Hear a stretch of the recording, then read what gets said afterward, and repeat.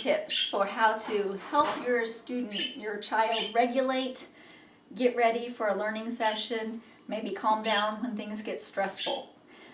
There is a technique that you can use, and I'll show several different applications for it. It's called proprioception. Proprioception is simply the feeling that we have between our joints that tells us where our joints are in space. But the great thing about proprioception is that if your child is revved up and kind of running on high, giving them proprioception can tone them down. If your child is lethargic and can't get going, it can also rev them up. It really gets just to the just right state that we want them to be in before we try to teach. So one of the best things, and one of the things that I love to do every morning, is just a hug. If you can think about all the joints involved in a nice, good hug, not a 2-second hug, but a nice deep hug with some pressure in it.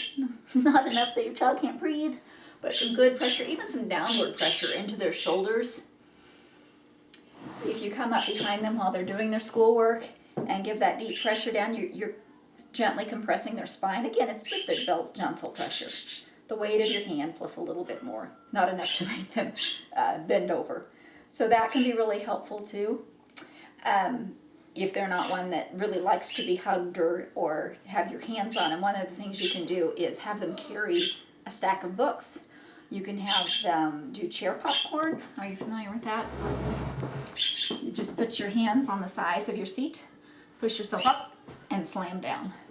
Again, you're getting lots of compression with that. Another thing you can do is to do the traditional runner's lunge, where you're usually stretching out your calf muscle. But instead of doing that, try to push the wall over.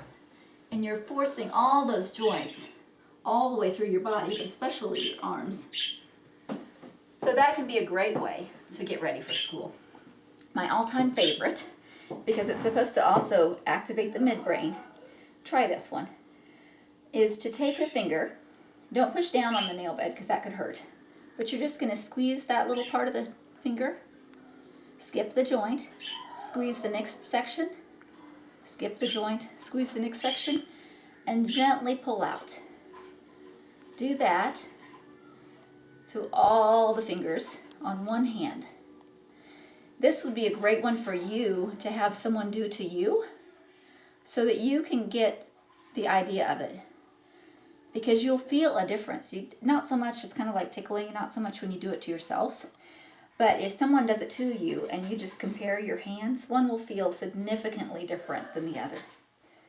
Okay, and then do the other finger. Just a gentle squeeze and some traction to pull out.